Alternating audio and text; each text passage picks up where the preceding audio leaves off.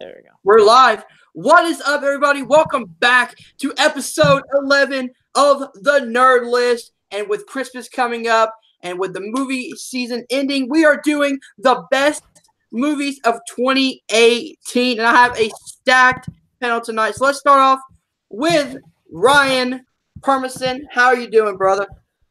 I'm doing well, sir. Thank you so much for having me. Happy holidays to all of you out there. Happy Festivus. That's coming up as well, so happy Festivus to you. For those of you who celebrate it, Caleb, you won't get it because you have no idea what Seinfeld means. But other than that, this is going to be a good show. It's going to be a lot of fun. Believe me, there's going to be a lot of spirited debate here, so it should be a lot of fun. Oh, without a doubt. And next to him, we have Luca. Welcome back to the show. How you doing, brother? How's it going? I'm coming in through audio from my secret bunker because I don't have a webcam anymore. No problem. But I'm doing good. Happy winter solstice. We just had that tonight, and the days are going to start getting longer again, so I'm excited about that. Yep, exactly. And, of course, we have that Dashley King himself, Caleb Coho. How's it going, brother? It's going. I'm excited to be here and talk movies because this always cheers me up, especially when we do best movies of 2018. Because I went really hard this year on trying to see everything. So I'm excited to have a valid opinion this year. Man, 2018 was stacked of incredible movies.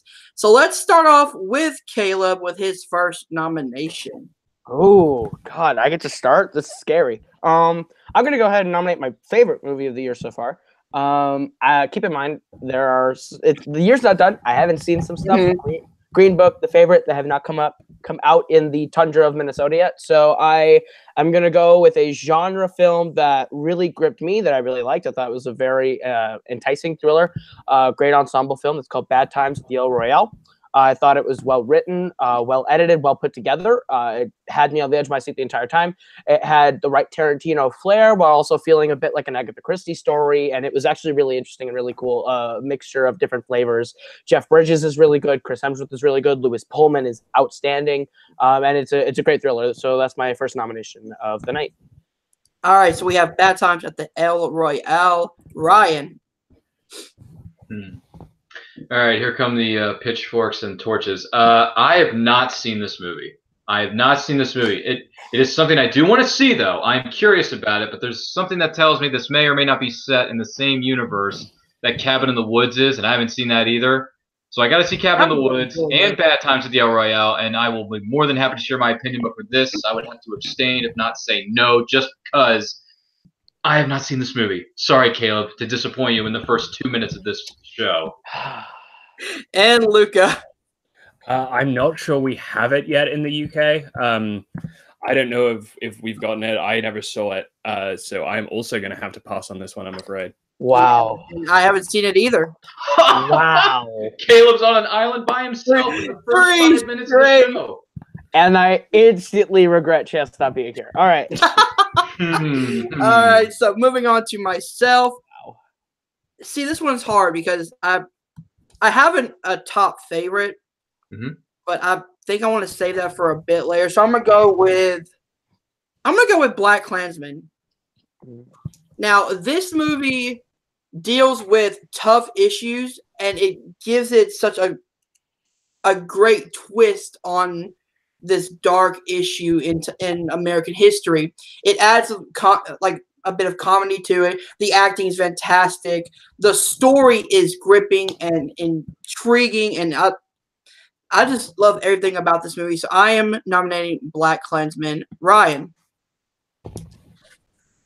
I just won't go into a whole spiel. Haven't seen it. Pass on me. Luca, have you seen this yet? I have seen Black Klansman, yes. Black Klansman is fantastic. It's an incredible return to form for Spike Lee. It's got a fantastic cast. It's really, really funny at times and is also very confrontational. David Washington is really, really brilliant in it. It's really well directed. I love Adam Driver in it. I'm going to give a big yes to Black Klansman. It's one of my favorites of the year. And Caleb. This is really hard because 2018 had a lot of really good movies that I liked. This is one of them. It's on the lower part of my list, mainly because there are parts of it that kind of dragged for me. It was really funny. John David Washington is outstanding, and I hope he gets nominated. Adam Driver is really good. Yeah, I'm gonna give it a slight no, just because I feel like there are parts of it that kind of drag for me that I don't like. I need to see it again. I need to see it again, honestly, because I saw it once and walked away kind of indifferent. So with that being a tie, it does not move on, sadly. Maybe we should have called that Fifth Horseman in the background. Maybe we do need a Fifth Horseman. It doesn't move on because it's a tie when one person hasn't seen it. Out of people who've seen it, it has a 2 out of 3. Yeah, I think it should. Yeah. All right. So yeah, the abstention shouldn't matter. Yeah. All right. So Black Klansman does move on to the top 10. Thank God. Yeah, I'm not mad. I'm not mad about it making it on. It's just slight. So let's move on to Ryan. Okay. There were a lot of movies that came out this year. As we said earlier, I'm going to throw one in here that I thought was really good. I thought it was actually superior to the previous installment. I enjoyed the heck out of it so much. It gave me got you in the feels. It has a lot of heart to it. I think it has a lot of soul to it. It's got a lot to do with about families and legacies and living up to those expectations. So I'm going to throw Creed 2 in there. I loved Creed 2. I think it's far better than the first one. Granted, I need to rewatch the first one again because it's been 3 years. But still, I love Creed 2. I think, Sylvester Stallone, Michael B. Jordan, everybody in this movie, Tessa Thompson, Felicia Rashad, and even Drago, man. Drago gave a heck of a performance. My gosh, so good. Love this movie from beginning to end. I was hooked from the very beginning all the way through, and it got me in the feels at the end, pretty much all throughout the course of the film. So Creed 2, let's put that on the table right now and go for the 1-2 punch. Put it on the list. All right, Luca, Creed 2. Yeah, I would say one of my favorite films in the Rocky franchise. I think it's edged out by both the original Creed and the original Rocky. I know that that's not an opinion that everyone on this panel shares, I think. But I think it's a really, really good film. I think that Michael B. Jordan and Sylvester Stallone are great in it. I think Tessa Thompson is the star of that film. From a performance perspective, she gives the best performance. It is one of my favorite blockbusters of the year, and I think a few of my picks are gonna fall slightly on deaf ears. So for the sake of wanting to get a lot of really good blockbuster representation, I'm gonna say yes. All right, Caleb. Absolutely. This one kind of came in at when I first saw it, I was like, it's number 5 on my list. It's slowly crept up with each repeat. It's not better than the first Creed. I did first Creed, then watched in, but it's very close and it's very good. Tessa Thompson is outstanding, and I wish she would get a supporting actress nomination, but she won't. It's sad. But Michael B. Jordan's outstanding. Everyone in this movie is outstanding, and it's very well put together. So I'm going to go with Creed 2. Yep, and I would have also said yes. It's in my top 5. All right, so let's move on to Luca. There's a lot of things that I want to bring up. I'm gonna go ahead and I'm gonna get my controversial pick out of the way right now, because this is not a film that was necessarily underseen by everyone, but it got not the biggest release in the world. It was a remake of an incredibly well-loved classic, and it didn't get the best reviews in the world. It got mixed to positive feedback. It's a remake of one of my favorite films of all time. I'm a horror guy. I gotta bring up Suspiria. I thought Suspiria was a fantastic film. I really do think it's an incredibly underrated movie. I get what the issues that some people have with it. It's long, it's very drawn out, but I think that the pace is incredible. I think what Luca Guadagnino does with it is such a beautiful reinvention. It's got the best ending I saw in cinemas this entire year. The climax of that film is unbelievable, visually and atmospherically. Its cast, its all-female cast is incredible. Tilda Swinton plays 3 roles, including a male, octogenarian psychiatrist. And she plays it incredibly well. It just disappears into that part and her other 2 parts, the Madame Blanc part and the Marcos part. It is a complete rebirth for Dakota Johnson. I thought it was absolutely fantastic, knocked it out of the park. I don't prefer it to the original Suspiria. The original Suspiria is one of my favorite films of all time, but I have to bring it up because I just thought it was phenomenal. All right, Caleb, yes or no to Suspiria? It really sucks, but this is one of the ones that I missed because there was a couple of weeks in November where I just couldn't go to the movies and I missed this one. Unfortunately, I wanted to see it though. Yeah, and same. I don't think it even came out in my area, so there's no way I would have seen it. Ryan? Yeah, I'm not 100% sure if it came out in my neck of the woods either, but I am fascinated by it. I want to see the original Dario Argento film because my film professor like loves that movie. Film So professors love Argento. They really do, but I want to respect his wishes. I want to see the original and see this new version because I want to see how they both like shape up against each other. But unfortunately, I have yet to see either version of this film, Suspiria. So unfortunately, I would have to, abstain or what have you. But I am fascinated by it, and I do want to see it. Trust me, my film professor's been hammering into our brains for a while, so I do want to see it. I'm not the biggest horror/thriller fan, but I'm down to see this. I am down.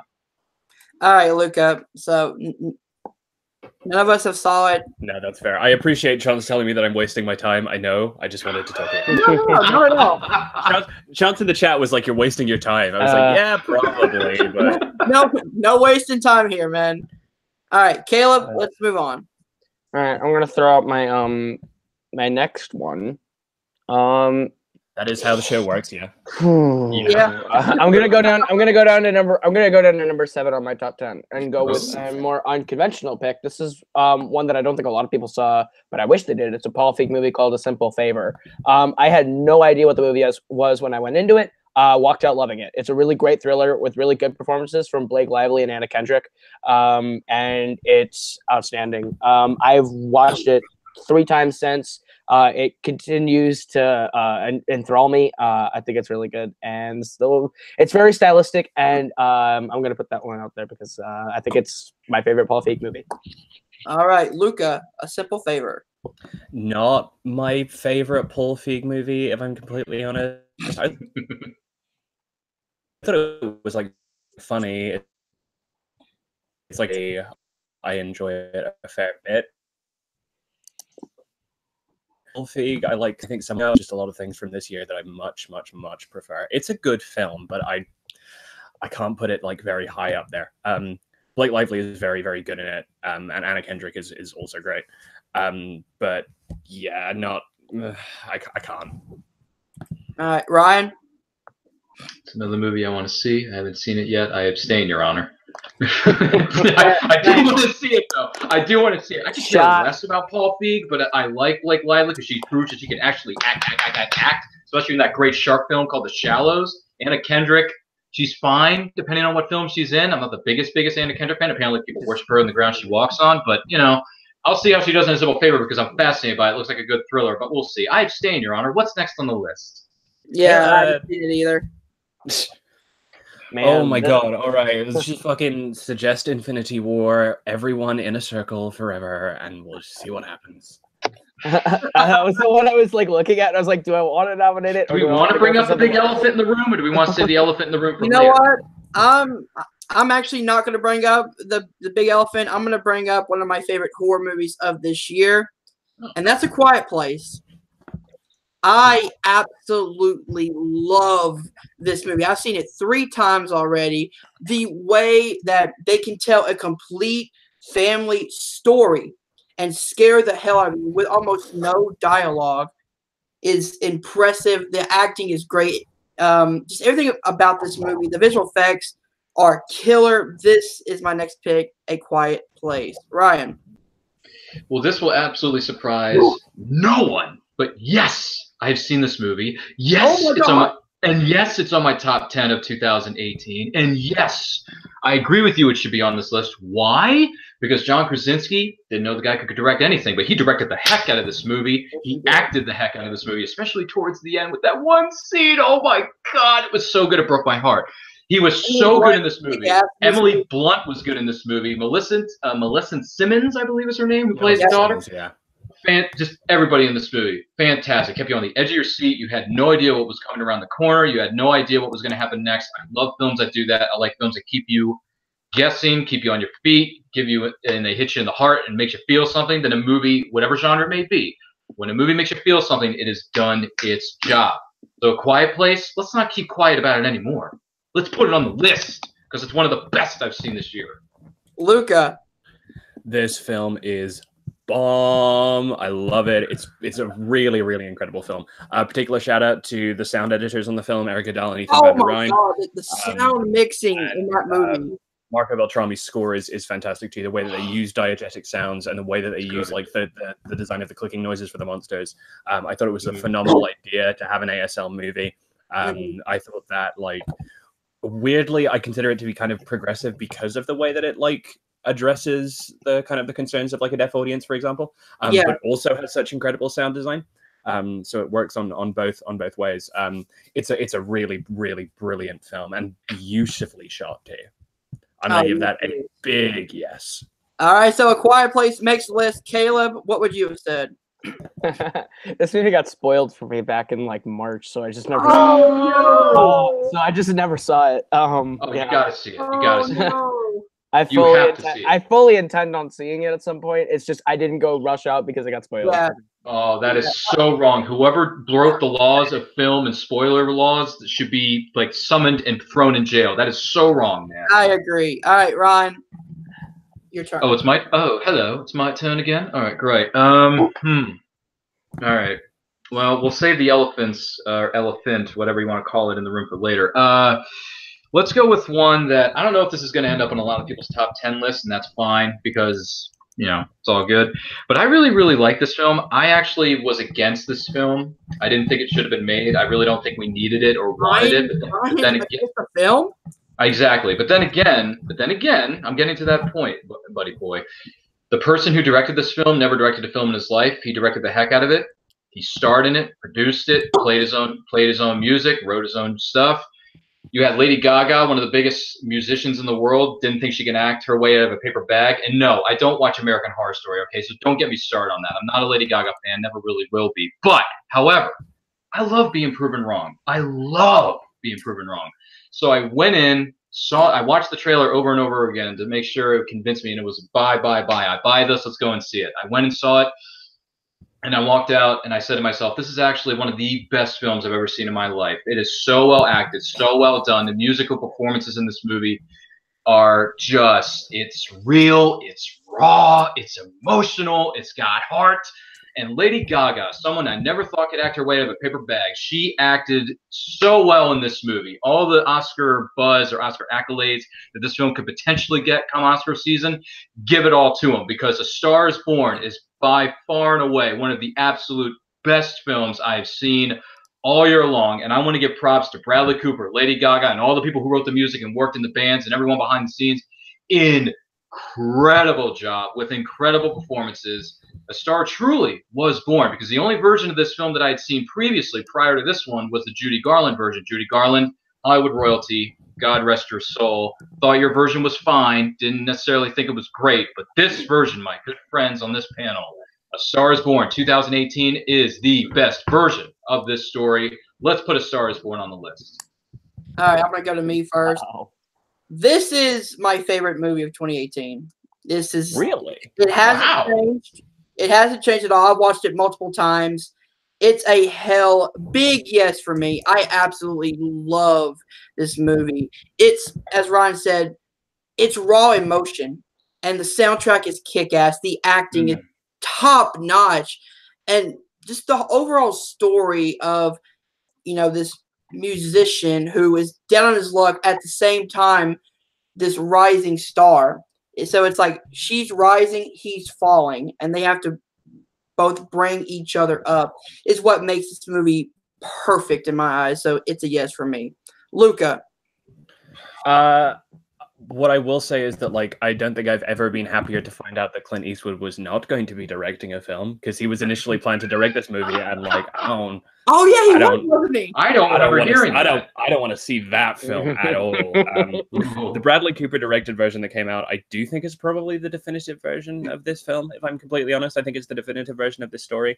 And I agree, Lady Gaga was a massive shock. I'm a real big fan of her music, because she's a gay icon, so of course.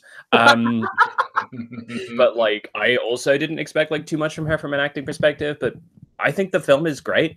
And I mean, it's not super high in like my top 20 of the year. It is in my top 20 of the year though.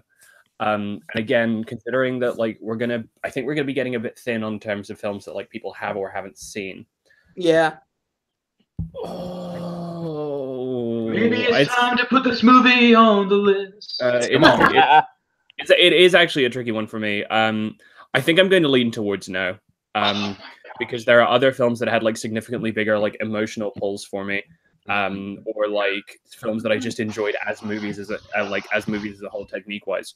I respect that. Yeah, I respect that. I can't. Sorry. I respect that. I do. I respect it. Caleb, you better say something good, boy. Rough.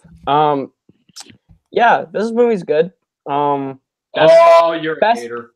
Best movie of all time. I don't know what you're smoking. Yeah, that's a reach. Yeah, I wouldn't say all time. The music is good. I've ever seen. The music is good. Which is like one of 30 or something like that. You know? No. I've seen hundreds of movies in my lifetime, man. The music is good. I really like the song "Is That All Right." I think that's a really beautiful song. But I will say yes because I like it. It's in my top 10. It's low on my top. It's low on my top 10. But I'll put it on for the sake of it's a movie that I think deserves to be on the top 7, top 10. But I really hope some of these other ones that I have get on too. I don't know. Sure. That's okay. It's respectable. I get that. Let's move on to Luca. So I'm gonna go with another one that was like kind of a smaller release film, and one that has like a really personal sort of aspect to me. Because like a lot of people in this community will know that I am LGBT, and like I have experienced, not explicitly the things that this film deals with, but like pressures, in terms of conforming to like, the idea that like being straight is something that is like supposed like the norm, right? The thing that you're supposed to be. Lovely little Desiree Akhavan film with Chloe Moretz and Jennifer A.L.A. John Gallagher Jr. called The Miseducation of Cameron Post, about a teenage girl who is found having a sexual encounter with another girl by her brother, and is then sent to gay conversion camp and meets a bunch of other convertees there, and goes on this has this sort of journey of discovering herself and her identity and who she wants to be. I think it's absolutely beautiful. I think it's incredibly emotive. I think that the cast is wonderful. Chloe Moretz is the centerpiece, and I think it's Chloe Moretz's best movie. I think John Gallagher Jr. is great in it. Sacha Lane is great. Quinn Shepherd is really, really good in it too. Emily Skeggs is very good. I just thought that it was a really lovely, beautiful film that had a great core message at its heart. And did deal with some pretty tough topics, but in a really enlightening and wonderful way. So I'm going to go with The Miseducation of Cameron Post. All right, Caleb. Hell yeah. Of all the sort of like movies we had surrounding the theme of gay conversion camps, this is the one that I like found myself gravitating towards the most. And so I want to put this one on because this one's great. I'm really glad that you brought this one up, Luca. All right, Ryan. I don't believe I don't know. I feel like somewhere along the lines of 2018, I may or may not have heard of this movie. I can't really remember if I saw a trailer or something about it for it or not. So I haven't seen it. I can't say anything about it.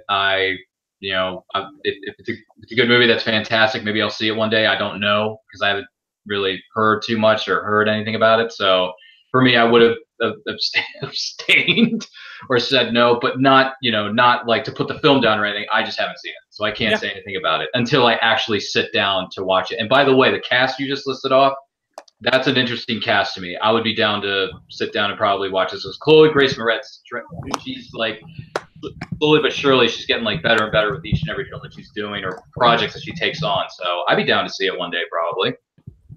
Yeah, and Luca, I haven't seen it either. I apologize. I just don't apologize for me.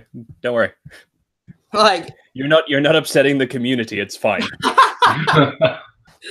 All right. We're on to Caleb now, correct? Yes. Just for the record, that film was 2 for 2 for people who have seen the movie. So yeah, is that on the list or didn't we? Did we? We did that with Black Klansman, right? Yeah. Yeah. We did. All so right. technically it makes the list, yeah. Yeah. So what's it called now? I'm sorry. The Miseducation of Cameron Post. All right. How many films does that make now? 4, 5? 5. 5. Oh, geez, we're halfway through. Man, all right. All right, Caleb, go ahead with your next candidate. Okay, my next candidate. I'm gonna bring up one that I loved so much because it connected a lot with me and my childhood. As the youngest one here, I'm the closest one to this movie, age-wise, and that is 8th grade. Bo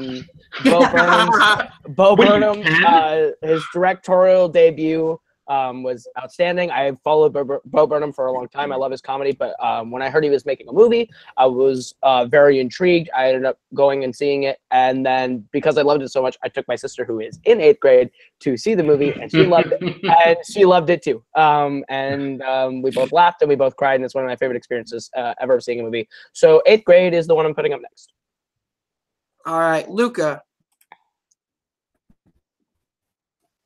Yeah, Watkins, who I don't like that much, making films that I really love. Well, I like Jordan Peele, but like the Halloween movie, making really good, like serious, somewhat dramatic movies. I think I love this one. I think that it's a absolute tour and like the cast is really wonderful.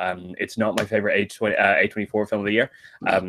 But I do think it's really lovely. I'm going to say yes, because I was so pleasantly surprised by this film, and had a really wonderful time with it. So yes. Ryan. What's the name of the lead actress in this movie again? What's her name?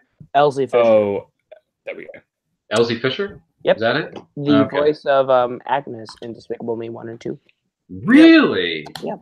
Really? Interesting. All right. Just want to get that out of the way before I say, okay, guys, take another shot. Another movie Ryan hasn't seen. Go. Of course. Haven't seen it. Can't comment or speculate. Next question. I finished half of this. I actually watched it tonight. I finished up some of it tonight. What I've seen so far, I absolutely love, but without seeing the whole thing, I can't. I can't really give a rating. You know. Mm-hmm. Black Klansman rules. Me and Caleb have strung on this onto the list. Yeah. So 8th grade. Let's go. Team Indie movie. And I'm not mad at 8th grade making the list. That's so far it's a really good movie. Have you gotten to the part where she gets the ride home from the guy yet? Oh, I believe so. I believe I'm broke my that. heart. Broke my heart. I've been past that part. All right, so moving on to me. We've had all these dramas, and I think we had like one comedy in here. Black Klansman counts. That's comedy. That's the one I was counting as the comedy. So I'm going with a absolutely fun, entertaining, but also heartwarming story. I'm going with Spider-Man Into the Spider-Verse. There it is. Yes. And is that the one? My God. Luca, is that the one? Yeah. This movie was fucking epic. It was so good. Miles Morales is getting his big screen debut, and he kills it. You know, you have the different Earths. You have Spider-Ham. You have Spider-Man Noir. You have, is it Penny Parker? Yeah, correct? Penny Parker. Yep. Yeah. Just the whole ensemble cast works. The animation is really great. The story of Miles Morales and his uncle and his father. And I'm going into spoilers here a little bit, but the scene when Miles is at college or whatever, and his dad is talking to him after his uncle Great scene. Oh my God. And the two perspectives of the inside and the outside was perfectly done. Spider-Man Into the Spider-Verse. Ryan. Doesn't matter what I have to say. It's going to end up on the list anyway. He won't see it because it has Spider-Ham in it. Well, there are two reasons. One, Spider-Ham. I can't get into that. And number two, Penny Parker's like 5 years old. She shouldn't be playing with, I don't know. She shouldn't be doing this kind of stuff, which is in the middle of danger where she could easily get killed. So sorry, I can't take that seriously. Can't do it.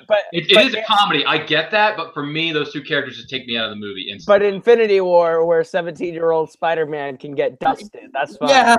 Yeah, because it's an ensemble. It's like a billion people in that movie. Spider-Man is above the age of consent in some states in that film. Okay, it's fine. That's fine. I don't care. It's just those two characters. Those two characters just don't work. It just throws me out. So for some reason, I can't see Into the Spider-Verse. But it's going to end up on the list anyway. So let's just move on. Luca.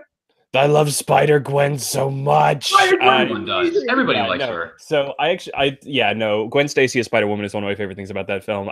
Visually, it's incredible. Like, there are points when I was watching that film where I thought I was watching like fucking Enter the Void, which is a Gaspar Noé film, which is basically like strobe cinema.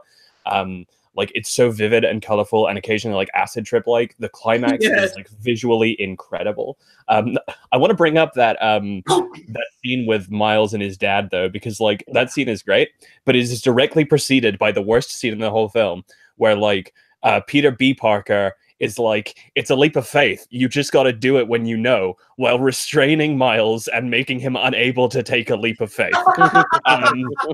Literally, his idea is that it should be impossible for him to do that. I think that the plot is a bit thin in parts because it's focusing on so many characters, and because like I'm not super enamored with Kingpin as a villain. I loved Olivia Octavius. I loved her. Yes. But like the film for me like struck such a chord because it was like focusing on these characters and like focusing on like growing up and what it means to mature, and also like the alternate universe thing I think is clever because like it becomes the question of like, what Spider-Man do you want to be? What's the kind of person that you want to be? What do you want your idea of Spider-Man to be? The Stan Lee cameo in this movie. Oh my god. Both of them. Yeah. The best. Is the best. It's the best one. Heartbreaking. It's my favorite Spider-Man movie ever. It might be my favorite Marvel movie ever. But we'll have to to think about that. It is gorgeous, both visually and emotionally, and I'm going to give that a big old yes. Yeah. All right, Caleb. Hell yeah! This is the most comic book movie I've ever seen in my life. Yeah. It's like watching a comic book, and like I will say the circumstances in which I saw this movie are not the best, but I still loved it to death, and I want to see it again and again and again and again and again because this movie, as a comic book nerd, brings the idea of a multiverse to the big screen in such an understandable way for people, where my mom sitting next to me could go, oh, okay, so that's the Spider-Man that we know. Like, you know, the main Spider-Man. I'm like, yeah, the main Spider-Man is Peter B. Parker. Yeah, you're right. And it's like, I freaking love it. The story itself is so heartwarming. I love Miles' journey throughout the film. I love seeing all these different characters and versions of Spider-Man that I never thought I'd get to see in a film, like Spider-Man Noir. Freaking Nick Cage. Nick Cage as Spider-Man Noir is great. Nick Cage as Spider-Man Noir is great. I thought that like the relationship between Miles and Aaron was like great too. Between him amazing. And Uncle. Mahershala Ali, just beautiful. I love the film in every way, and it keeps getting higher and higher on my list. It might be my favorite comic book movie of the year. Yes. So Spider-Verse makes it on the list. Ryan, go out and see it right now. Yeah. Get over your Spider-Ham self and do it. I can't. No, I can't, man. Spider-Ham is 5 minutes of the movie tops. Not even that. Like maybe 4. I heard conflicting reports. I heard he was like more than 10 minutes, man. No. To be fair, like the thing that bugs, like, while I think Spider-Man is like Spider-Ham is like fine and possible, the fact that like he's the one with talks to get the spin-off films and not Spider-Gwen, I'm just like that upsets me. And I'd rather see Spider-Man Noir than Spider-Ham. Yeah. For real. And apparently, the next one's going to focus more on Miles and Gwen Stacy's relationship. Yeah. That's what I heard. I am excited about that. Ryan, go ahead. I do like Nick Cage, though. I do like Nick Cage. I do like Nick Cage. So we'll see. I don't know. Maybe in an alternate universe, Ryan will watch that movie, but just not today. But great post-credit scene too. Love that. The best. The best. If you guys just want to tell me the whole movie, just go. It sounds like you want to, so just go. Whatever. Anyway, movie's only been out for 2 minutes. Give us a break. Let's see where we're gonna go with this. Gee whiz. Okay. Let's see. All right. This probably won't make it on the list, but I'm gonna give it a shot anyway. It's a film, but it's not. It's a story about a guy who inspired millions and millions of people, and it's someone that we need in this world right now. It's someone we need in this world today. He wore a cardigan sweater. He took us in the neighborhood of make-believe for those of us who did grow up in the series known as Mr. Rogers' Neighborhood.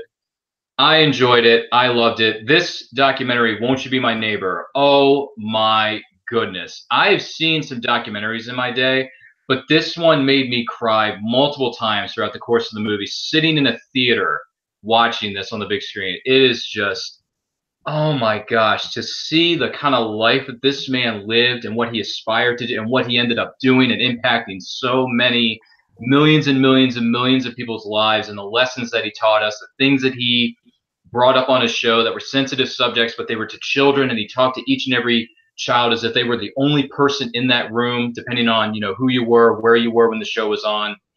Oh my gosh. I mean, I got teary-eyed in a few films this year, but none made me cry more than this. So Won't You Be My Neighbor, the Mr. Rogers documentary, fan-freaking-tastic. I gave it 10 out of 10, 5 stars out of 5. I love this movie so much. It is actually my #1 film of 2018. Which means it's better than one of the best films he's ever seen, by the way, guys, if we're keeping count. Yeah. Don't worry, there are other films on this list, pal. Okay, let's just put it that way. But this one, I'm going to go with Won't You Be My Neighbor. Let's put The Man in the Cardigan Sweater up for grabs. All right, Luca. So, not being an American, I'm not super familiar with Fred Rogers, and I didn't watch Mr. Rogers' Neighborhood at all. I haven't seen any of it. I did see this documentary, and Morgan Neville clearly has like a great amount of respect and compassion for this man. It's very clearly a story that he cares about a person that he cares about and who's impacted his life. And I really enjoyed the film. I enjoyed the kind of the interviews with Fred Rogers' family members, and I enjoyed like the use of archival footage and like sort of the examination of what made this man who he was. The issue with documentaries is that there's basically always going to be a personal scale of how invested you can be in it based on its subject matter. So like with certain documentaries that I really enjoy, like Blackfish, for example, people who aren't, you know, as necessarily as into like, you know, animal conservation and stuff like that, might not connect with that in the same way. So for me personally, I didn't have, you know, from a very different perspective. Technically, I think the film is very well made, but like it basically comes down to, are we talking top 10 best movies of the year or top 10 like favorite movies of the year? I will go with favorites, things I emotionally connected with more, because it's a personal opinion show. So I'm going to say no, because I didn't connect to it super well. But it is a very, very well made documentary that people should see, because it made me more interested in the man than I was before I saw it. I just didn't connect with it on like a deep emotional level. Yeah, understandable. Caleb? I missed this documentary because I was in California. Didn't see it when I was in California, and then by the time I got back, it was gone. And being 19, I also never saw Fred Rogers' Neighborhood. So, holy shit, you're 19? I'm 19. Dude, he's 10 years old. He's a baby. I wasn't alive for that show. Never saw it. I've never had any real investment. So, I mean, I didn't see it, so I can't really say. All right, and I have seen this documentary, and I watched a little bit of the show itself. The problem is, it's a very good documentary. The problem is, we have 3 more spots, and I believe there are a few more movies that should be on this list. So I'm going to say no just on that merit. But very good documentary that people should check out. Everyone should see it. Like, everyone. So good. Right. But I understand why it didn't make the list. That's fine. I took a shot in the dark. Luca, it's on to you. I'm kind of juggling between 2 at the moment. Let's go with another horror film, because it's what I do. It's my trademark. And let's go with another A24 movie, and let's talk about Hereditary, because we got to talk about it at some point. Ari Aster's brilliant horror film about this idea of families and how subversive and dark that sort of idea of sort of being tied to your family can be. A really incredibly tense film that I know some people found to be kind of boring and dragged out, but I found it to be an incredible film when it came to like building up tension and creating this mood of unsettling and sort of creating this very hostile environment. Colin Stetson, who is the composer for this film, was the saxophonist in he worked with Arcade Fire. He's quite a famous baritone saxophonist, and he creates just my favorite score of the year for this movie. Obviously, Toni Collette is brilliant in it, and I do hope that she gets some recognition from some awards board at some point, because I think she's one of the best performances of the year. Gabriel Byrne is brilliant in it, and I'm not a Gabriel Byrne fan. He's fantastic in the film too. I thought that it was a really, really phenomenal, very, very tense, very just expertly crafted piece of cinema that I've got to just try and get up there. So let's go with Hereditary. All right, Hereditary. Caleb. I'm honestly not a huge horror guy, so I didn't see it. All right, going on to me. I have seen this movie, and it is freaking incredible. It's a yes for me. This movie was creepy. I love more of the slower build horror movies, because then the director can really take its time, and the movie is slow at some points, but it always leads to a point. It's not just slow for no reason. The acting is great. The scares are incredible.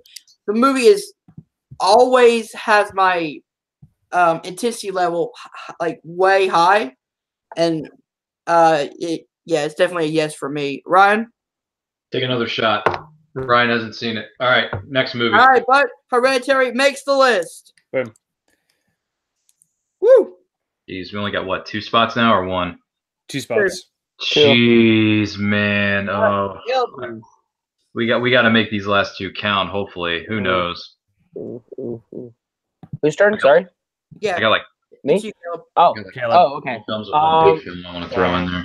Dang. I'm looking at 3, and I'm 99% sure one of these 3 could get on.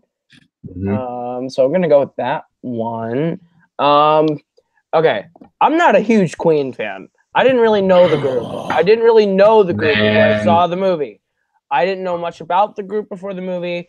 I saw it. I had a fun time.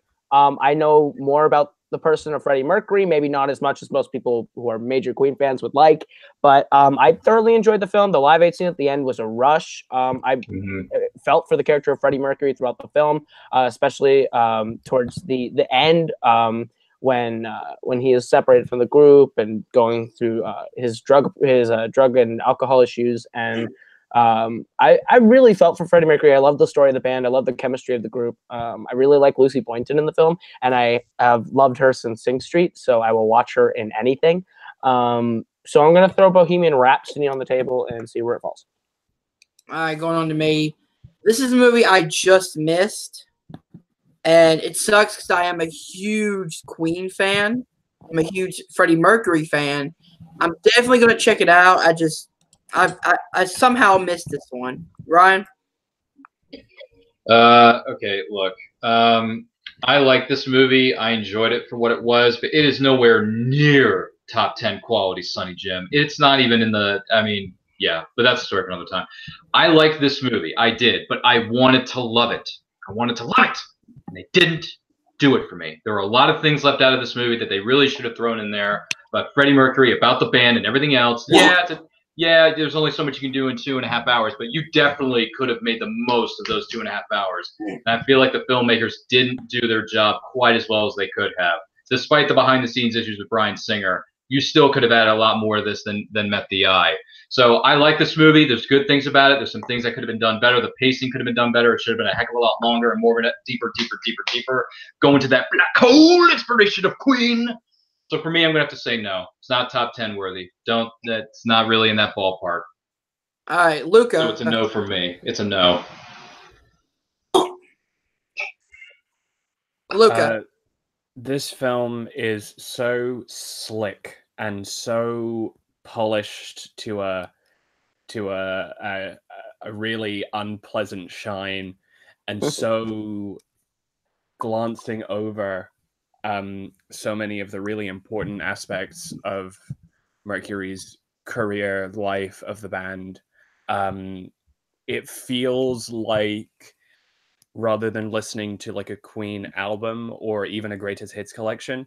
You're listening to a like 10-minute track that is like 30 seconds from a bunch of Queen songs. It feels like you don't get any time for any of the emotional moments to settle.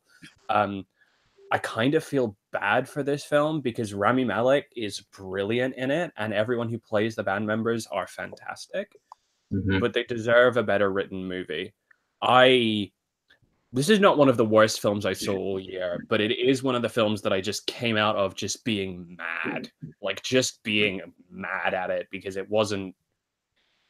just wasn't what I wanted it to be, and it felt like such a letdown. And I know that like judging a film by what you want it to be is sometimes foolish, but like the reason it's not what I wanted it to be is because I wanted it to be a genuine in-depth exploration of this brilliant character that didn't have such a kind of a champagne foam all over it. I wasn't enamored with it. No. All right, so Bohemian Rhapsody does not make the list. Going on to me, mine's gonna be kind of a weird one for being so long into the list. But this movie I saw early into the year, and I feel like it still holds the test of the year. And I'm going Searching. This movie is so unique in the way that it uses the internet. It uses the technology online to tell the entire story. And it doesn't feel like a gimmick. It feels so smooth going through. John Cho is incredible in this movie. The twists and turns this movie takes are incredible. It keeps me always guessing in the theater who attempted to kill his daughter, and just all the twists and turns it takes. The movie is really unique, and it's something that I keep going back to because of how fun, entertaining, and just the father-daughter aspect of this movie is incredible. So I'm going Searching. Ryan? This is a film that when I saw the trailer, I'm like, okay, it looks good. It doesn't look great. But then people like started saying how great this film is, and like when it's the best.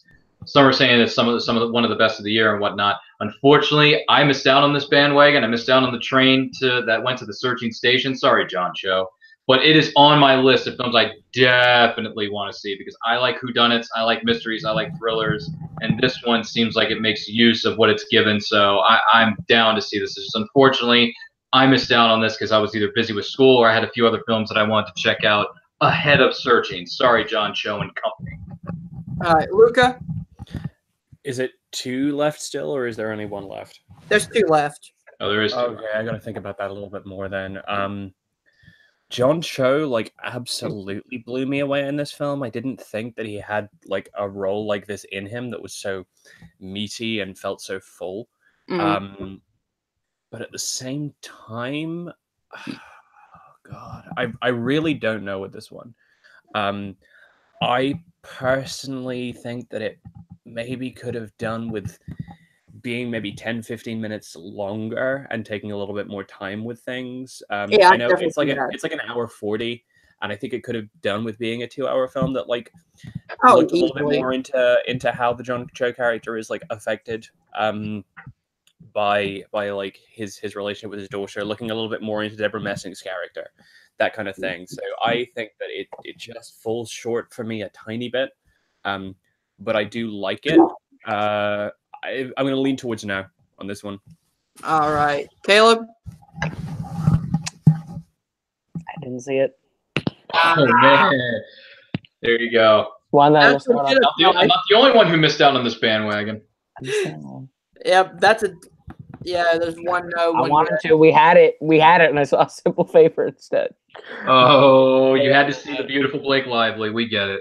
I heard great things about A Simple Favor, so I had to see it.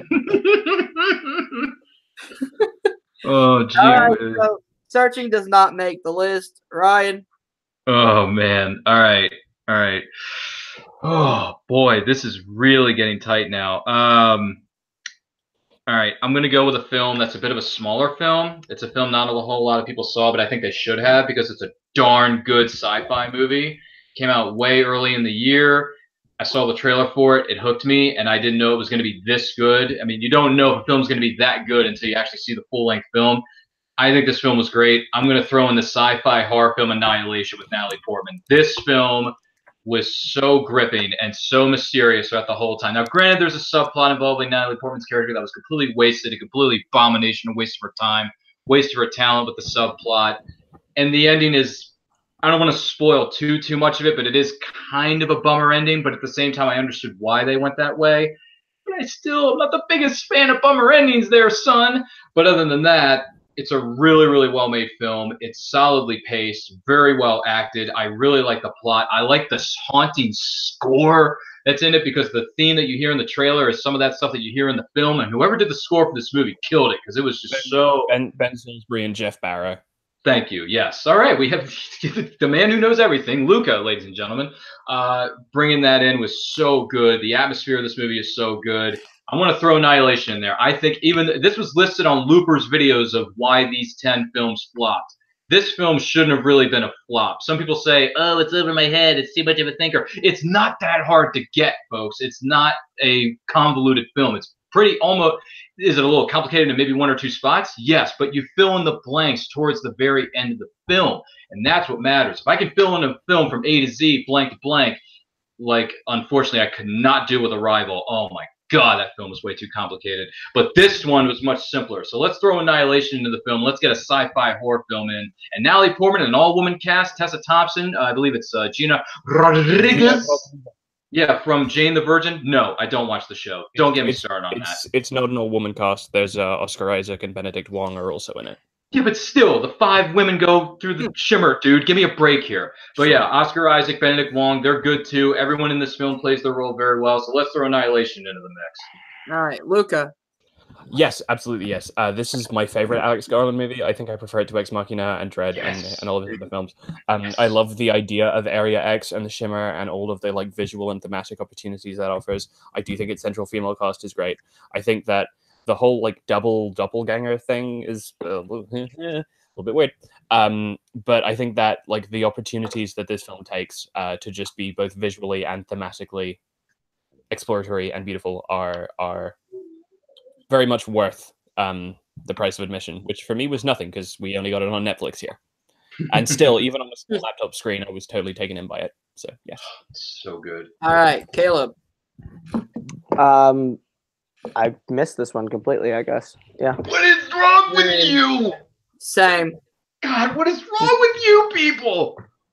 I don't know. All right, I must be living in a hole. But it still makes the list because we have 2 yeses. Dude, that is such a good sci-fi film. You guys need to get on it, son. Get on it. Film is boss. Right, Film came out in like February. You should fucking end of February. I think it was the 23rd of February here in the U.S. Yeah. Yeah. It's insane. All right, Luca. We have one more spot. Can you fill it? Bring up the elephant in the room, Luca. No, absolutely fucking not. We've spent a lot of time talking about like ensemble casts and great ensembles of characters, and I'm going to bring up another one because for my money, my favorite ensemble cast performance of the year comes from a film that came out pretty recently here. We got it last month. That is Steve McQueen's Widows, about the widows of thieves who decide they're going to essentially take up the post. And it is a fun and dramatic romp at the same time. The reason that I say fun is because its cast is so alluring and so attractive and so beautiful to watch. Like Viola Davis, Michelle Rodriguez, Elizabeth Debicki, Carrie Coon, Cynthia Erivo, and then the guys as well. Colin Farrell, Robert Duvall is brilliant in it. And I think it was a really well written film. It had a great plot, but for me, the reason this film stands out so much is because of the incredible performance by the ensemble cast, and I think that alone for me is enough to put it way up there. All right, Widows, Caleb.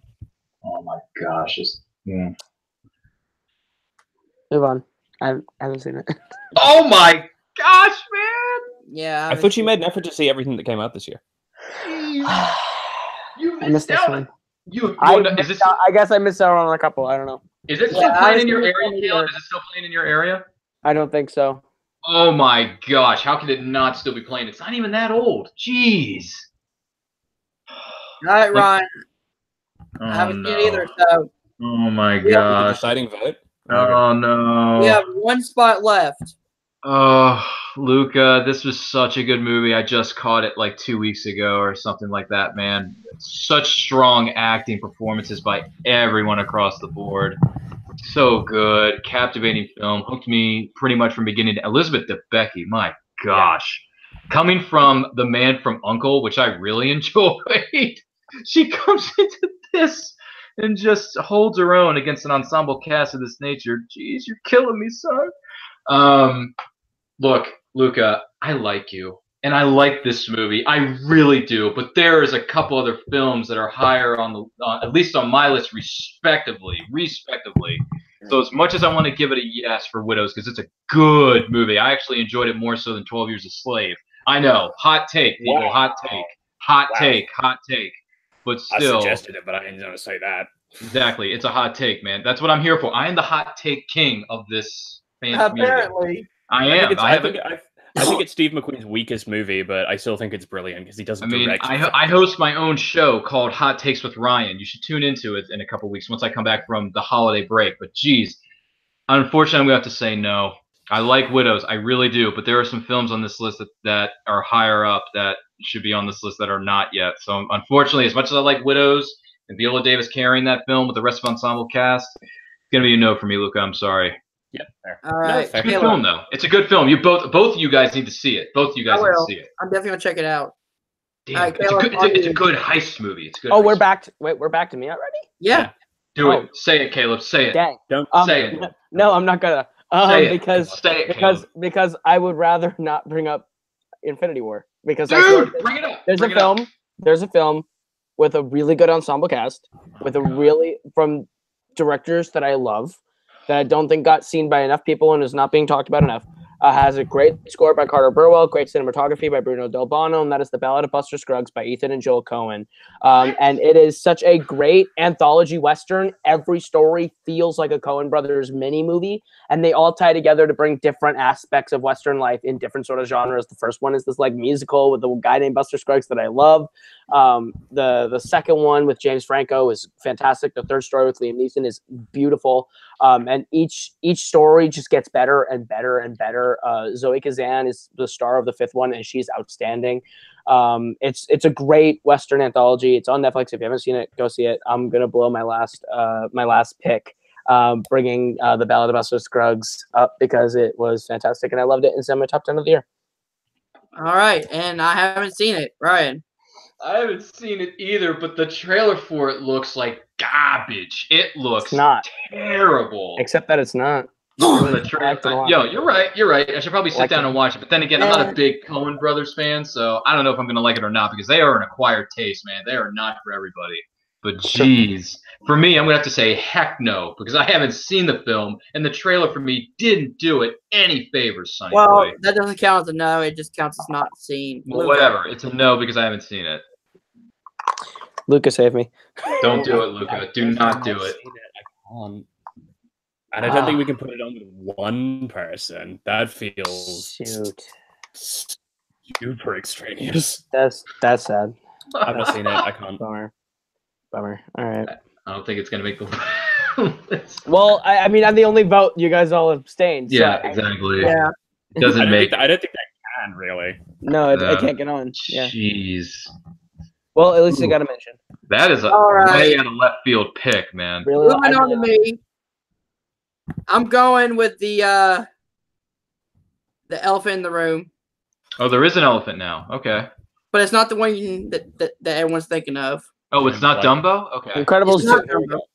Is it Dumbo? Wait a minute. Is it Cars 3? My personal favorite MCU movie, Black fucking Panther. Oh, I thought you were going to say Ant-Man and the Wasp, and I was going to leave. Dude, if you saw Ant-Man and the Wasp, be like, dude, that film was nowhere near as good as this one. No. I almost left if you said Ant-Man and the Wasp. I know. If you said Ant-Man 2, I would have dropped the call, man. That movie was so disappointing.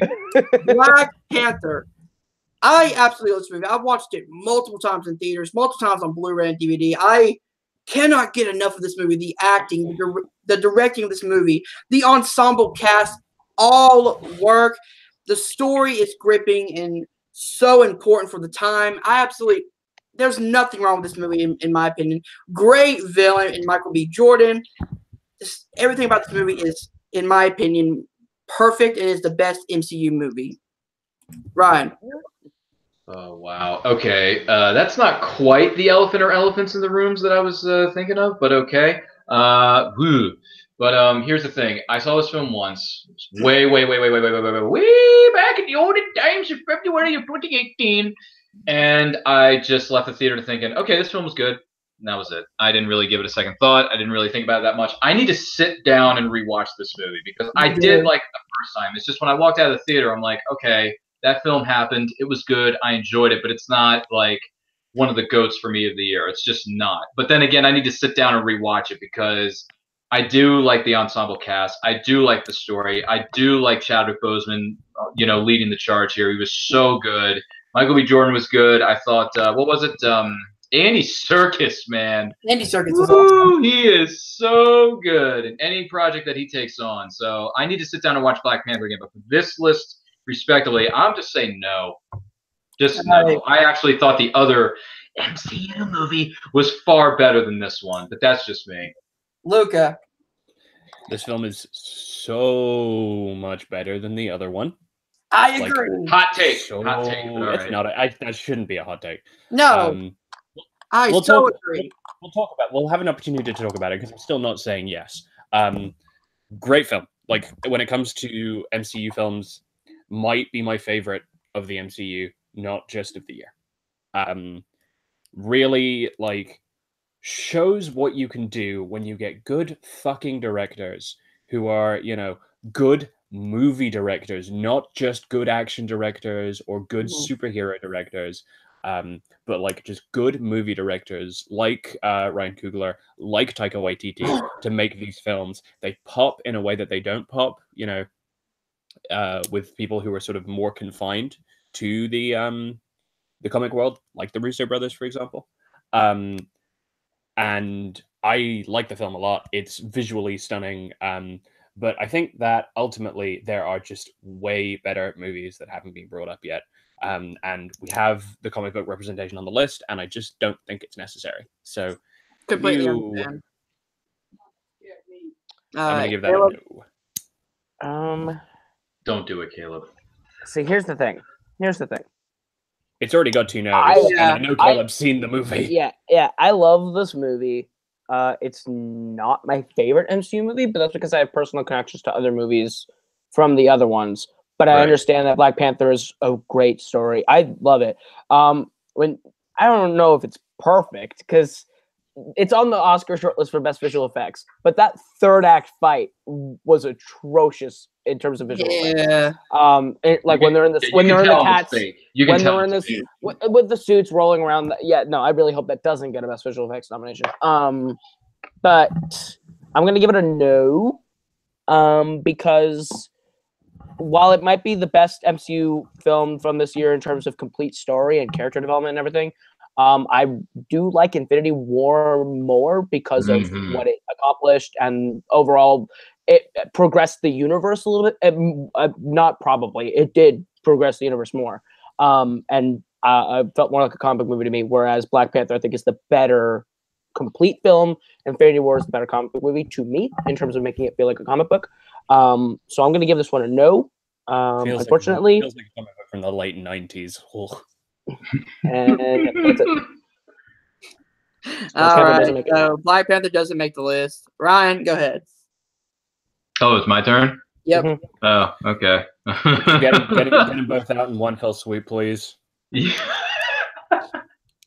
All right, I'll bring up let's bring up the elephant then for just a second. Let's go with Avengers Infinity War. Why? Because it did something that I didn't think was possible, and that is bring all these characters together in one big movie. And excuse me, coming from somebody, and I know I'm in the minority on this, and that's fine. I'm a nation of one who doesn't like the Guardians of the Galaxy. I could care less about the Guardians of the Galaxy. However, Infinity War made me care about a stupid tree and his stupid pet raccoon and a stupid guy named Star-Lord and a crazy person called Drax the Destroyer who's awesome and who can camouflage into any environment by eating pork rind or chips, whatever it was in the background that he was eating. So funny, so hilarious, and anyone who pokes fun at the Guardians is my best friend. So Thor, God of Thunder, sweet Rebbit.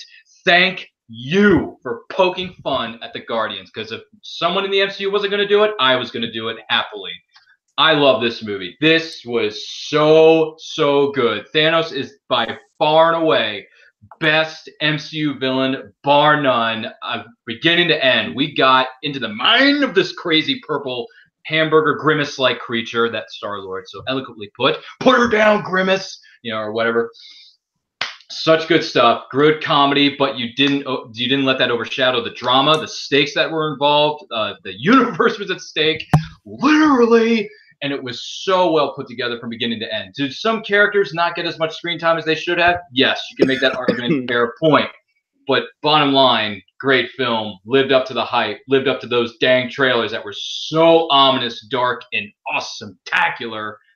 Avengers Infinity War definitely is on my list of the year. It's in my number 5 spot on my top 10 list of the year. So for this, Thanos, as much as I hate your guts because you wiped out some of my good peeps on Earth and other parts of the universe, I'm going to give you the Infinity Gauntlet and say, yes, let's put you on the list, son. All right, Luca. No. You were saying that you didn't think that it could work getting all of these characters together in one big 2.5-hour action comedy superhero film. I don't think it did. I think it was so everything was so surface, and as much as I don't want there to be 4 Infinity War films, I thought that this one was so jam-packed with stuff. There are things I kind of like about it. I like Thanos as a villain, and I love Thanos' lieutenants because they all have stripper names. Their names are Ebony Maw, Proxima Midnight. Proxima Midnight, which I'm pretty sure is a name they use while doing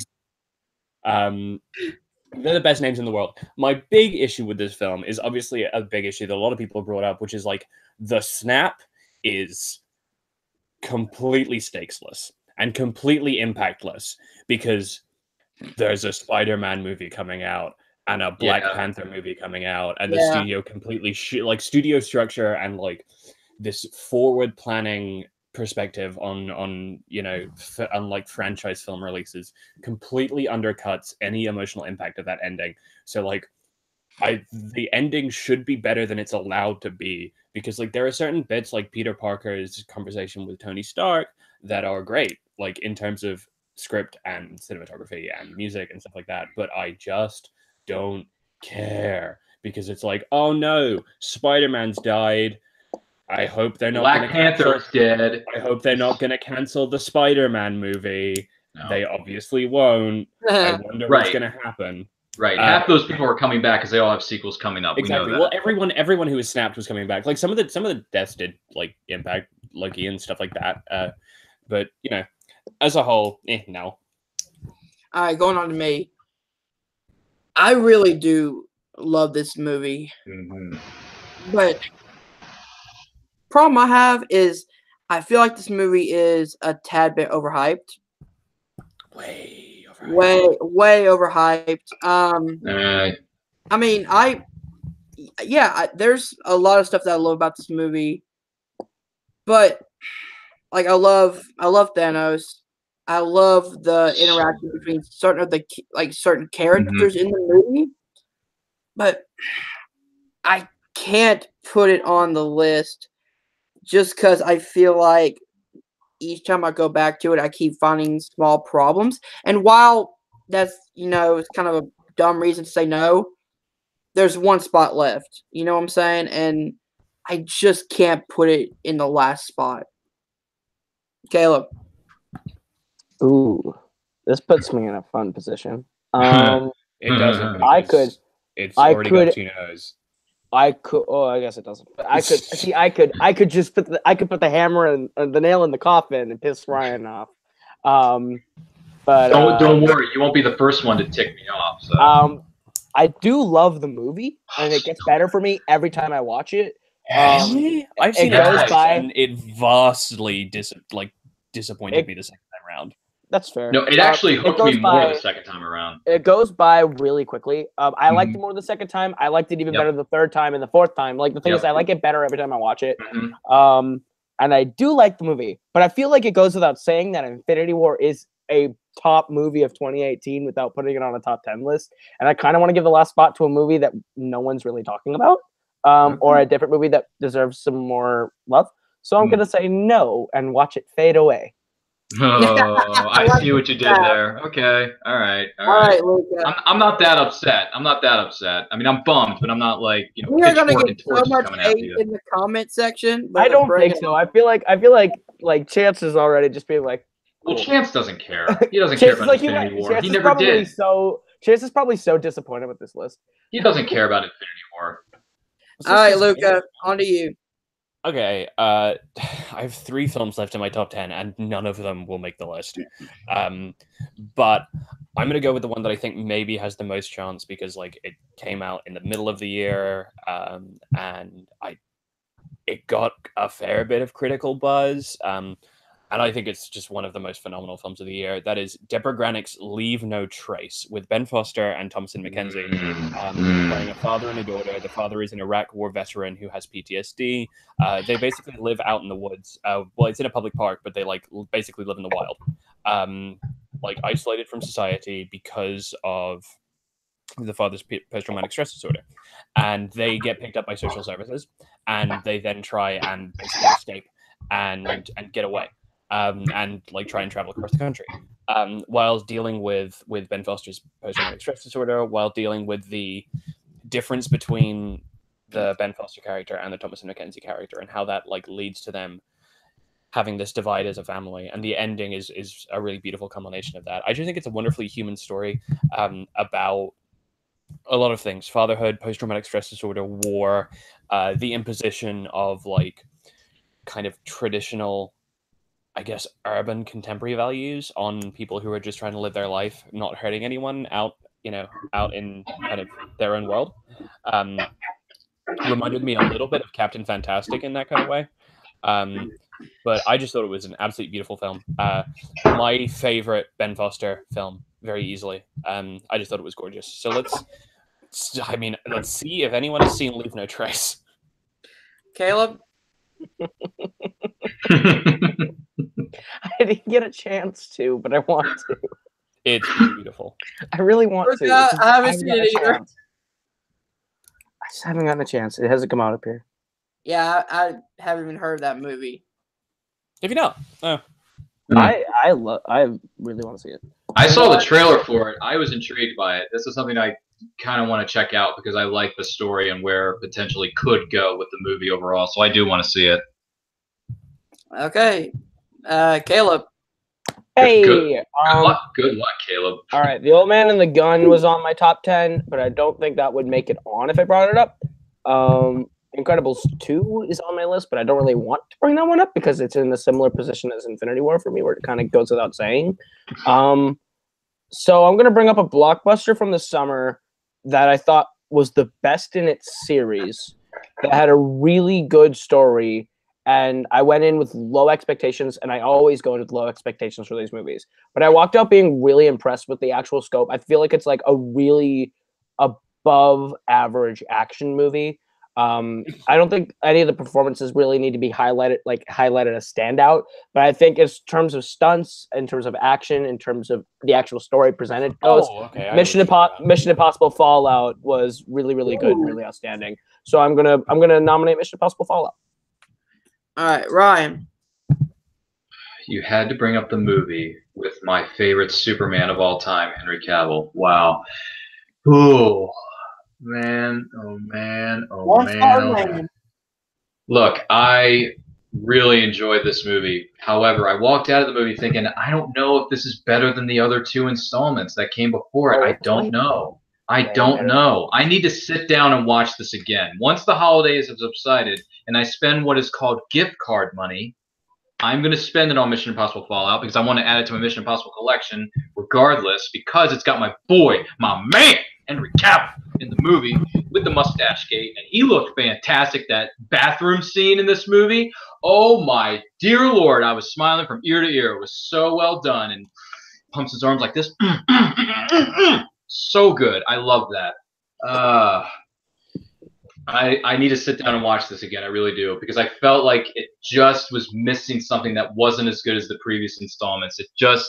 I don't know what it is. It's the je ne sais, it's the what the French call a certain I don't know what, a je ne sais quoi.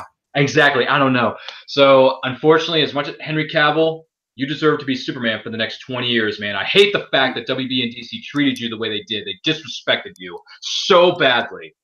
But Henry Cavill Superman in a movie this year? Is this like, or I don't know why he's talking about Superman so much. Yeah, because he is and will forever be my Superman. Get over it. Mission Impossible Fallout, Secret Man of Steel sequel. No, it wasn't. But he will always be Superman. Universe, bro. Whatever. No, it's not the same universe. Get off my case. Are also in the same universe. They both got claim rights in it, obviously. I wish, but it's all right, so Ryan. Obviously. Yeah. Is that enough for you? It's a no. I love you, Henry Cavill. I will support you in anything you do going forward. But however, I need to sit down and watch this film again because I can't for the life of me give it a yes right now. I need to sit down and watch Fallout again. Hold on to me. I loved Fallout. It was probably one of the most fun times I had in a theater. But there's one more movie that I want to try and get on the list. I don't. Fuck. Language. That's all right. Yeah, it's gonna be no for me. I absolutely love this movie, but yeah, it's no. Luca. I'm just allergic to Tom Cruise now. What? How can you That's not? fair. Have you That's seen fair. the movie though? No. That's fair. That's Jeez, fair, how though. can you be a hater of Cruise, man? Because I didn't want to spend money on like this one after seeing the last two, which are like fine, but I like Oh, Ghost Protocol. Dude, I think Ghost Protocol is phenomenal. I liked Ghost Protocol a lot. I did not like Rogue Nation, so I was not very high on Mission Impossible going into this. But walking out of it, I like it more than Ghost Protocol, and that's saying something because I really like Ghost Protocol. I think I like Ghost Protocol more than Rogue Nation and Fallout, but that's just me. But hey, you know what? So we can bring this up on a future episode of the Nerd List. Favorite Mission Impossible movies ranked. All right, ladies and gentlemen. Mission Impossible 3 at number 1. Ooh, that is a good pick. That is a good pick. I will not argue that. All right, let's move on. Yeah. Where were All right, we? so it's on to me, and Whose turn is it? All right. it's mine. And I really want to get this movie on the list.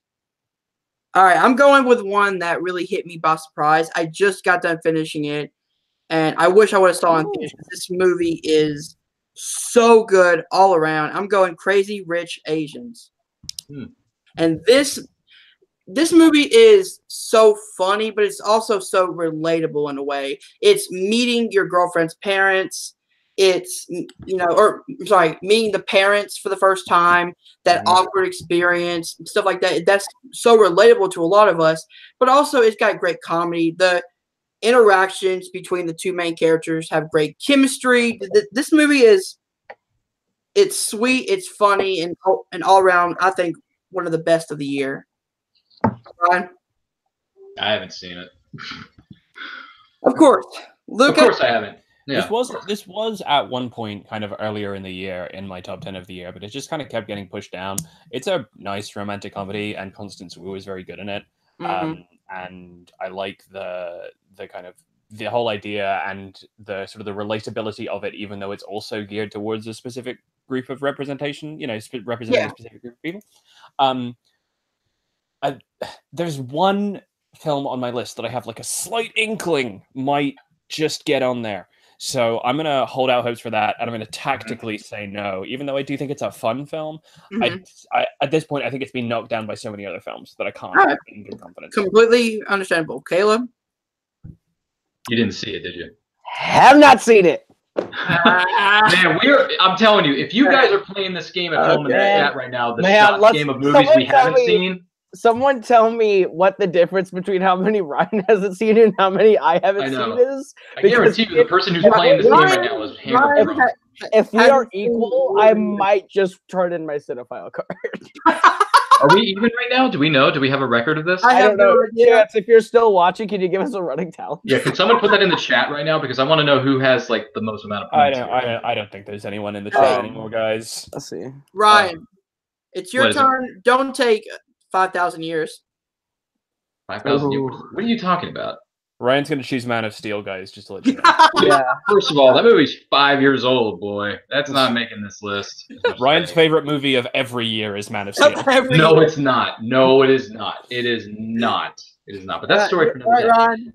Sorry. Anyway, I'll bring up a film that's a smaller film. It didn't come out until this year. I know, Academy-wise, it may have come out in 2017, but it didn't go into wide release until this year. So that's why I'm counting it as a wide release film, because it didn't hit that time until 2018.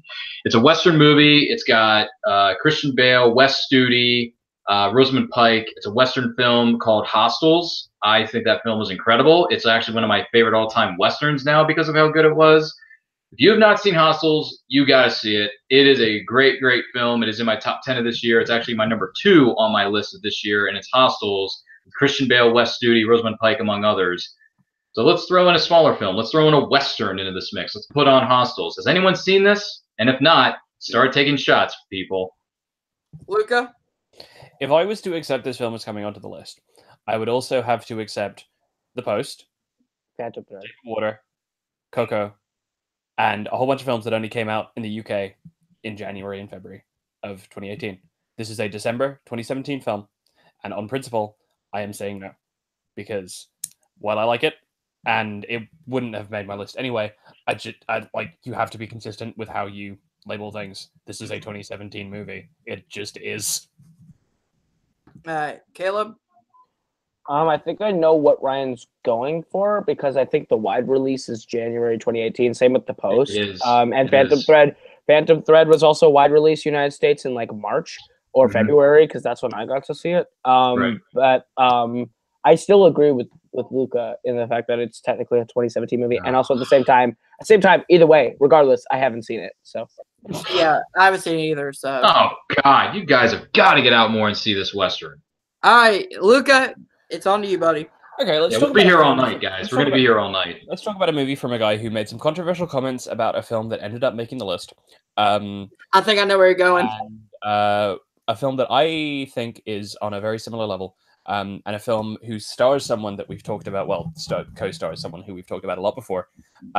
Sorry to Bother You. Boots Riley's really hilarious absurdist comedy about a guy who basically gets a permanent job in a telemarketing company. And realizes that he isn't doing as well. So he develops a white person voice and starts to take off as a success in this telemarketing business. The thing that strikes me the most about this film is how crazy it is. Just absolutely absurd, really interesting, almost reminds me of Brazil in how it presents its kind of super bureaucracy focused totalitarian type thing, right? Like corporate totalitarianism almost, where you sell your soul to a company and then it's like a bureaucratic nightmare. But besides that, what really gets me about this is Lakeith Stanfield and especially Tessa Thompson in this film are incredible. For my money, Tessa Thompson is the star of 2018. Oh, without a doubt. She is the not breakout, because obviously she's been in stuff before since 2006. She was in the remake of When a Stranger Calls. She was in Creed. Oh, really? Being in Sorry to Bother You, Annihilation, and Creed 2, and also Little Woods, which is a great little film. Tessa Thompson has had a fantastic year, and Lakeith Stanfield is really brilliant in this film too. It's hilarious, it's witty, it's sharp. It's got magical realist aspects, and having worked in telemarketing before, it felt very much like this is kind of how everyone sitting in a booth feels when they've been doing this job for 8 weeks. They're just oh my God, this is my life now. It's a hilarious film, and I absolutely adored it. We got it pretty recently, but it shot up my list. All right, Caleb, Sorry to Bother You.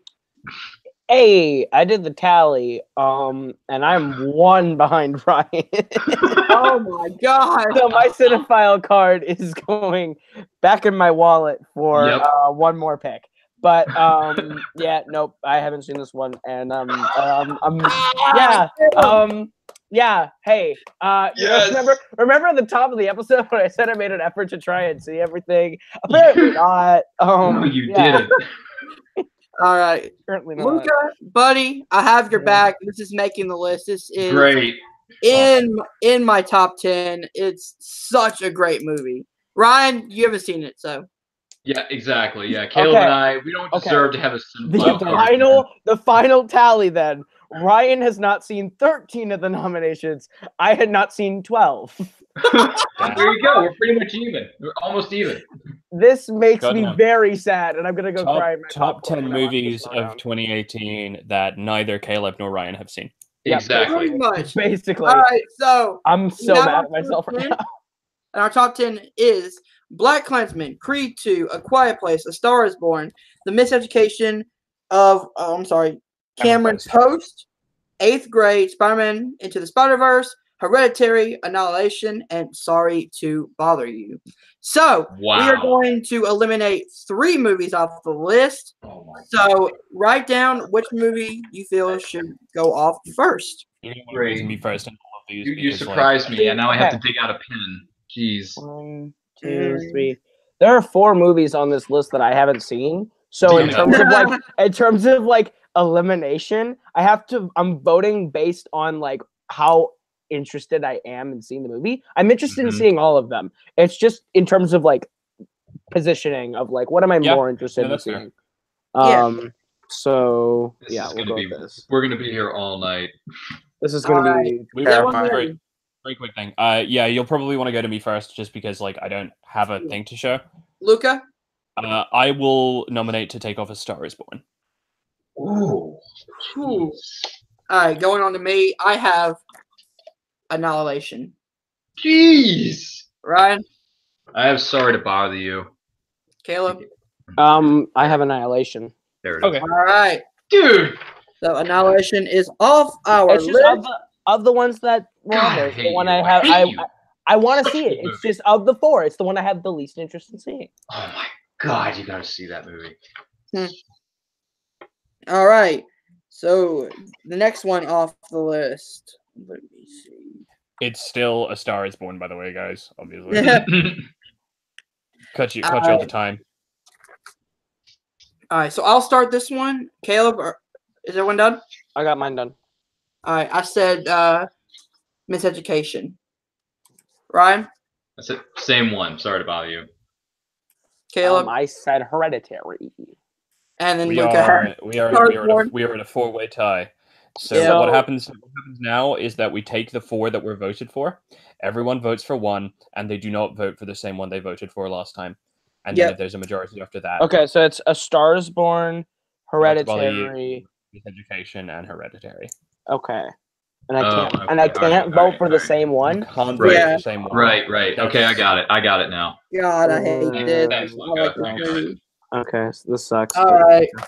I got it. All right. Go with me first. Is everyone ready? Yeah, I got it. Hereditary. I love the movie, but Ryan? Yeah, Hereditary. Okay. See, I would have voted for Hereditary again, but I had to switch to Sorry to Bother You. So I also went for Sorry to Bother You. Oh my gosh. Caleb, if you're saying that you were going to vote for Hereditary, do you want to just take Hereditary off? Yeah, I would. Yeah, I would rather see Sorry to Bother You because I'm not really a horror guy, so that's my thing. Okay. All right, so Hereditary's off the list. So now we have one more to take off the list. So no, we don't. We have 2 to take off the list, don't we? It's just Hereditary and Annihilation. Yeah, Annihilation. and we need one more. Oh yes, 3. Okay. Yeah, it makes 7. Okay. All right, I have to go with this one then. So we're voting between which of these 3? No. We're now just voting for one. We're just voting again. Voting again. Oh, so it can be any movie this time. Any movie is fine. I think I'm changing my vote, by the way. Okay. You're not changing your vote? I think I am. Oh, you are? Yeah, I think I am. I'm gonna vote for Creed 2. Ooh. Jeez. Ooh, my heart. Yeah, I don't know. I said Sorry to Bother You again. Caleb? I said A Quiet Place. And I have Miseducation. All right. Same thing as before. Just because I haven't seen it, you know what I'm saying? Okay, yeah. All right, so I will go with Sorry to Bother You again. Okay. Different one. Okay. All right, so it's between which ones now? I'm sorry. Sorry Sorry to to bother Bother you. You, A Quiet Place, Creed 2, and Miseducation. And I No. can't vote for the one. I Okay. can't vote for Miseducation. Gotta Yeah, vote for it. yeah. Okay, I got it. Took me a second. Oh, you're not supposed to see that part. Darn it. There's some other titles on this list you shouldn't be seeing. Okay. Okay. So starting with me, I have Sorry to Bother You. Ryan, Miseducation. Caleb. Sorry to bother you. Sorry to And- Bother You is also my vote. Okay. Okay. Okay. Which sucks because I actually love this movie, but of the Yeah, four, that movie is bomb. It's way better than Creed 2, and way better than A Star Is Born. all right, so we have our top 7, which is Black Klansman, Creed 2, A Quiet Place, A Star Is Born, The Miseducation of Cameron Post, 8th Grade, Spider-Man Into the Spider-Verse, and that's it. So everyone vote for what should be number 7. Sure. And, All right, hold on a second. Can you go over those titles again? yep, we have Black Klansman, Creed 2, A Quiet Place, A Star Is Born, Miseducation of Cameron Post, 8th Grade, Spider-Man Spider-Verse, and that's it. Oh, okay, gotcha. All right. All right, so is everyone ready? Yeah, I got it now. I just had to write it So down. I'm going with, I'm not changing, I'm going Miseducation. Ryan, I actually also said Miseducation. Luca, I'm still going with the Creed cool. equal. Caleb, I have A Quiet Place. Miseducation Okay. at 7. yep, it's a 7. All right. Isn't bad. Yeah. No, I mean, would have not been on the list probably. All right, so now we're going with numero Number 6. 6. 6. You 6 is good. All right. Number 6. Okay. Oh, Gotta go with number 6 here. All right, I got one. You got yours, Caleb? Yeah. I have mine too. You sound, All right. you sound a little bummed out there. No, I'm going, it's just there's a movie I haven't seen that's really high on the list. I'm going 8th Grade. Ouch. Ryan, This is going to be shocking. Apparently, Hunter and I are thinking the same stuff right now. I said 8th grade. Ouch. Caleb? You just showed us education. Sorry. 8th grade. 8th grade. I said Black Klansman. Whoa, Luca? that's a wrong opinion. Still Creed 2. Okay, so number 6 This is 8th grade. is 8th Grade. God, that hurts. 8th grade should be Jeez, way man. higher.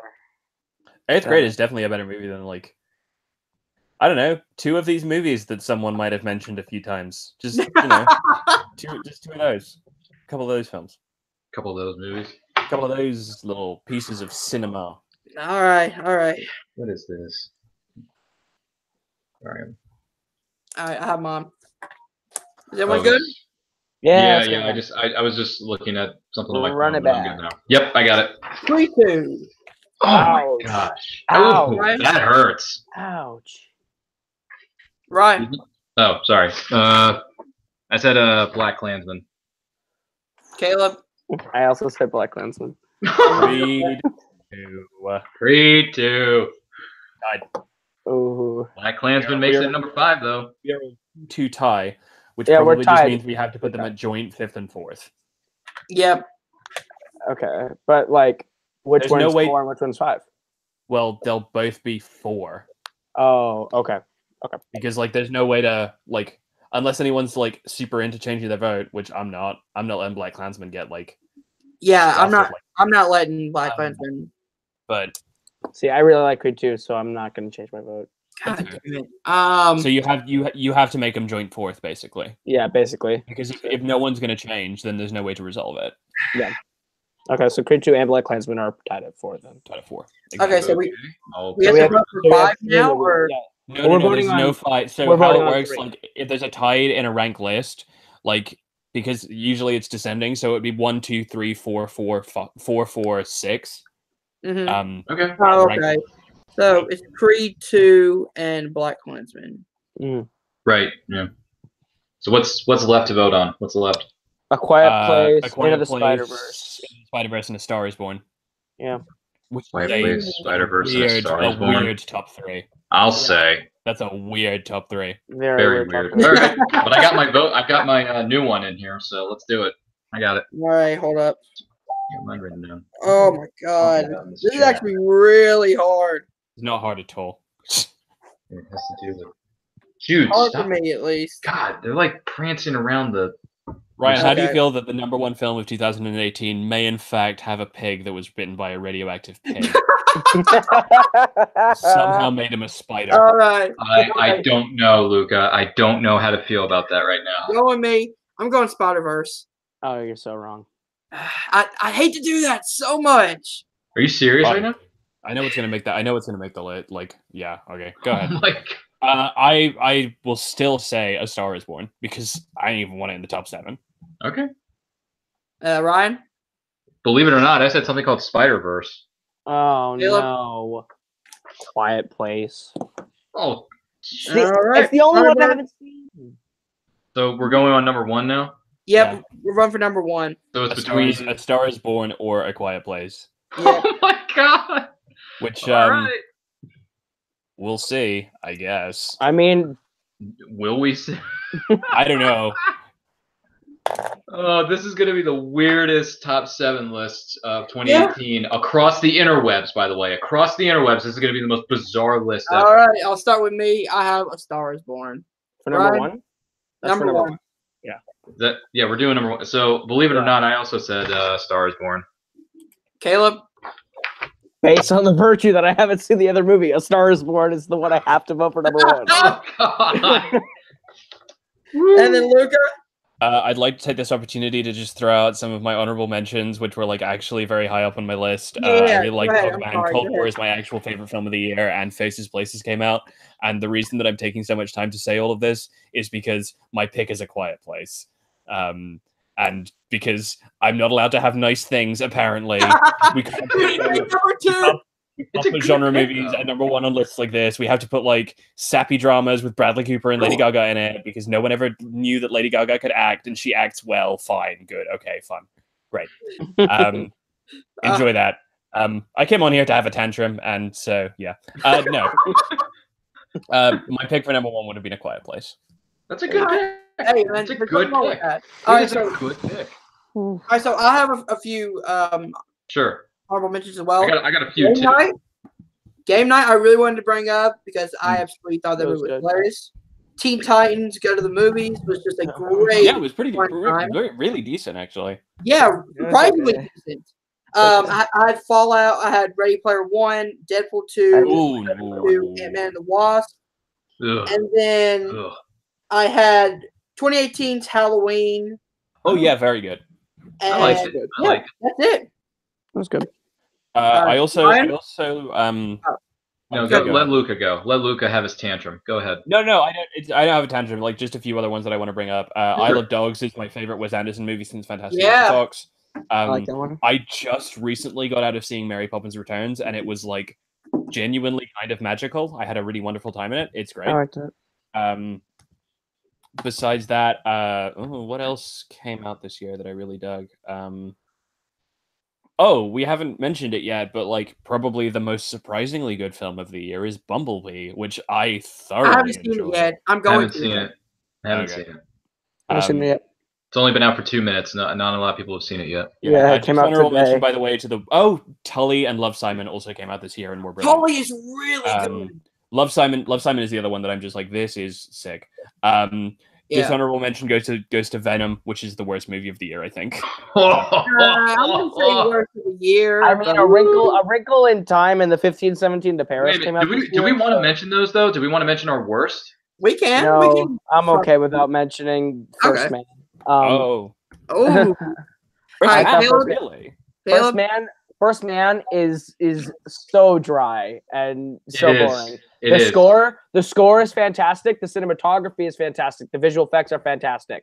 Ryan Gosling and the rest of the movie, It's a slog fest, All right, man. Caleb, very what are your very disappointing. mentions? Very disappointed. Anyway, my honorable If mentions. we're going Um, like with actual probably worst film of the year. Gotti was really really bad. Terminal was the terrible. movie pass movie. But like the the one that stuck out to me as being like genuinely horrendous and not disappointing in a Venom kind of way was the fucking Happy Time Murders. Oh, I heard it was horrific. Horrible from the trailers. Speaking of my honorable mention, no, I'm kidding. Oh, was that in your honorable mentions? No, it's not. I didn't hate the movie like you guys did, but I thought it was whatever. It was fine. I'll get into my honorable mentions in a second. Though. My honorable mentions to throw out: Incredibles 2, The Old Man and the Gun. I personally liked I Can Only Imagine, which was a music biopic about this group called Mercy Me. I thought it was really emotional and touching. My friend worked on that movie. I liked Christopher Robin and Ralph Breaks the Internet is not better than the first one. The first one is a very story-driven, character-driven movie, and the second one is very jokes-driven, but the jokes all land, so it was okay. And Ryan. Okay, real quick. This was the last of my top 10. Christopher Robin was my 10th spot. I was smiling, even though that film has its fair share of flaws. Christopher Robin had me smiling, so happy from ear to ear, and I just want to give all those characters a big hug because they are awesome-tacular. And yes, I met the voice of Pooh at a Comic-Con. Jim Cummings is a legend in the voiceover business. He is awesome. Honorable mentions: Ready Player One. Once again, I need to sit down and rewatch Black Panther. That was on there. Bohemian Rhapsody, I still enjoyed it, just not top 10 material.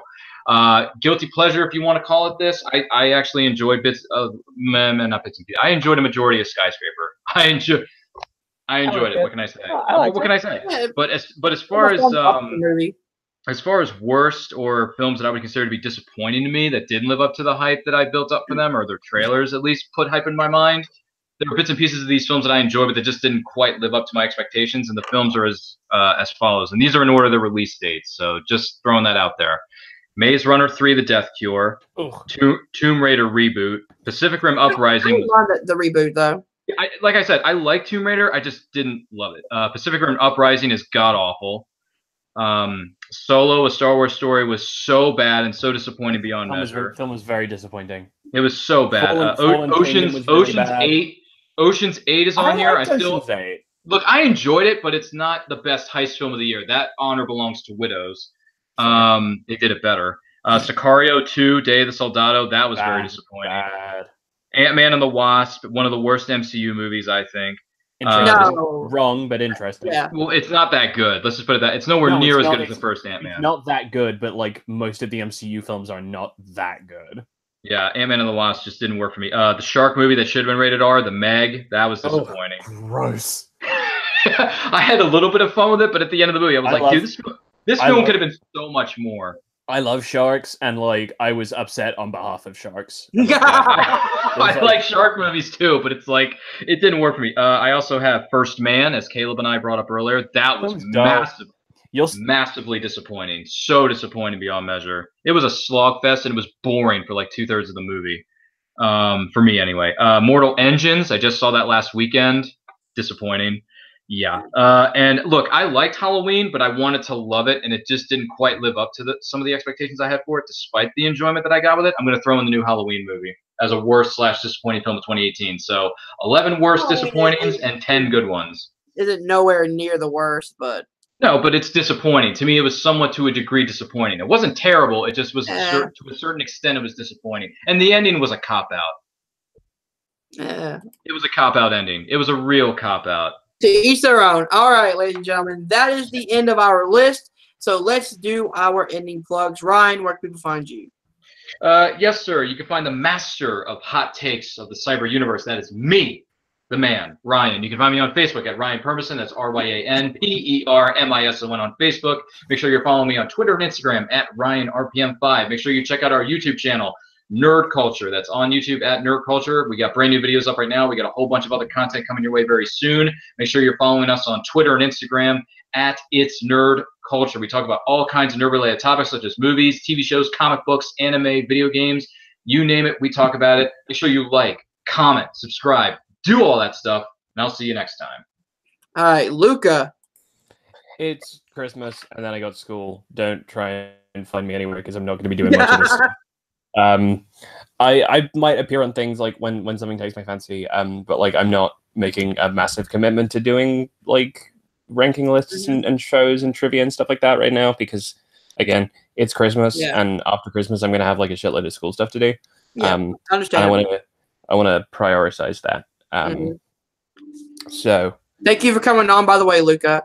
Of course, it was a pleasure. It was a pleasure to like try and throw a bunch of indie movies at the wall and see what stuck. I like representing the underdogs. So. All right, Caleb.